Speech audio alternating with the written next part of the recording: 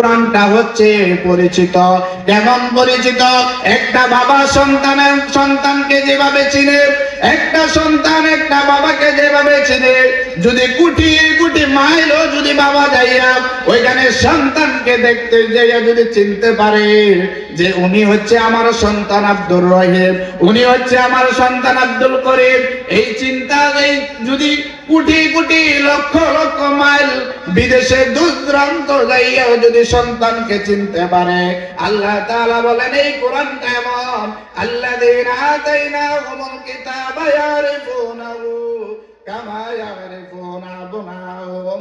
একটা কোরআনটা এমন একটা পরিচয়, একটা সন্তান যেভাবে বাবাকে চিনে, বাবা সন্তানকে যেভাবে চিনে, এই কোরআনটা হচ্ছে দুনিয়ার পৃথিবীর কাছে তার চেয়ে পরিচিত বেশি।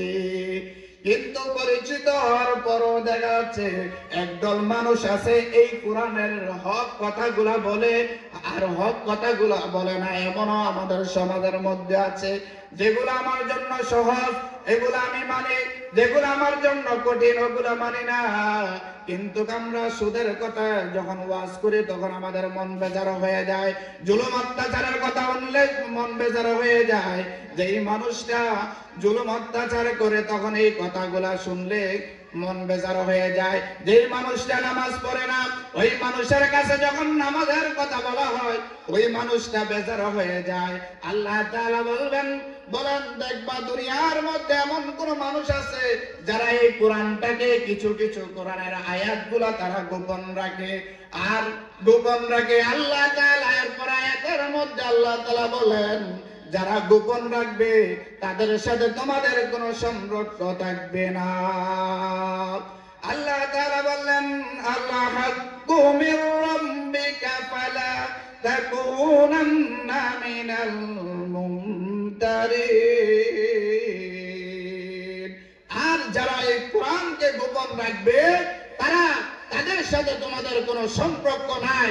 আজকে দেখা গেছে আমাদের সমাজের মধ্যে হক কথাগুলা বলে না, হক কথা বললে মাইর খাওয়া লাগবে, হক কথা বললে জেলখানা যাওয়া লাগবে, হক কথা বললে আমাদের পেটের মধ্যে লাথি আসবে, হক কথা বললে মানুষ আমাদেরকে জুলুম করবে, নির্যাতন করবে, হক কথা বললে দেখা গেছে হাতের মধ্যে কারাবন্দী হয়ে জেলখানার মধ্যে মাসের পরে মাস, দিনের পরে দিন, বছরের পরে বছর কারাবন্দী হয়ে জেলখানার মধ্যে পড়ে থাকতে হয়, ঠিক কিনা? আর কত মানুষ আছে নিঃস্বার্থে সহজ কথাগুলা বলে বলে সমাজের মধ্যে সুন্দরভাবে চলে। এই জন্য কবি বলেন তুমি যেই কালেমার দাওয়াত দিলে বুকে টেনে তোলে, দেখো সেই কোরআনের ব্যাখ্যা লেখে কেউ ফাঁসিতে ঝুলে। তুমি যেই কালেমার দাওয়াত দিলে বুকে টেনে তোলে, দেখো সেই কালিমার ব্যাখ্যা করে কেউ ফাঁসিতে ঝুলে। তুমি দুনিয়ার মোহে জীবনের মায়া ছাড়তে পারো না, প্রভুর রাহে জীবন দিতে তুমি জানো না। কেমন মুসলমান তুমি একটু বলো না, কেমন তোমার মান একটু ভাবলে না। তুমি মেসওয়াক করা ফজিলত জানো, খাবার শেষে মিষ্টি মুখের হাদিসটাও মানো। তুমি মেসওয়াক করা ফজিলত জানো, খাবার শেষে মিষ্টি মুখের হাদিসটাও মানো। শুধু হক কথাটা উচ্চ সুরে বলতে পারো না, প্রভুর রায়ে জীবন দিতে তুমি জানো না।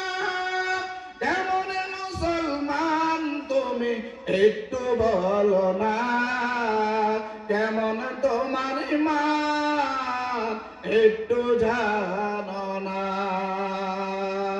ঠিক কিনা? আজকে হক কথাগুলো নাই। আর দেখবেন যখন হক কথাগুলো বলে তখনই কারাবন্দী হয়ে মাসের পরে মাস, বছরের পর বছর কারাবন্দী হয়ে পড়ে থাকতে হক কথা বললে।